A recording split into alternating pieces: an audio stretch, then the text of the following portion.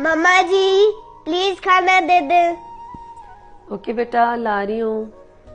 अनिश बेटा, आपके फ्रेंड्स आए हैं, बुला रहे हैं आपको। मम्मा जी मुझे उनसे बोले आप कि मुझे नहीं खेलना। बेटा वो आपको फुटबॉल के लिए बुला रहे हैं। मम्मा जी मुझे खेलना नहीं है, मैं गेम ही तो खेल रहा हूँ।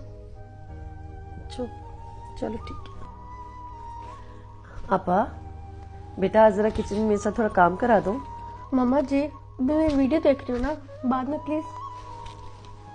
अच्छा बेटा आओ मेरे साथ जरा ग्रोसरी लेने चले। मम्मा जी मैं भी बिजी हूँ, आप प्लीज चली जाएं।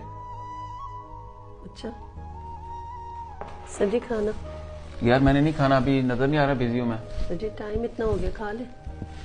अच्छा ठीक है, मैं खा लेता हूँ, जाओ आप। वो एक बात करनी थी आपसे। यार नजर नहीं आ रहा, मैं बिजी हूँ, क्या हो गया? वो मैं कह रही थी कि इस फोन पे भी आप वो फेसबुक की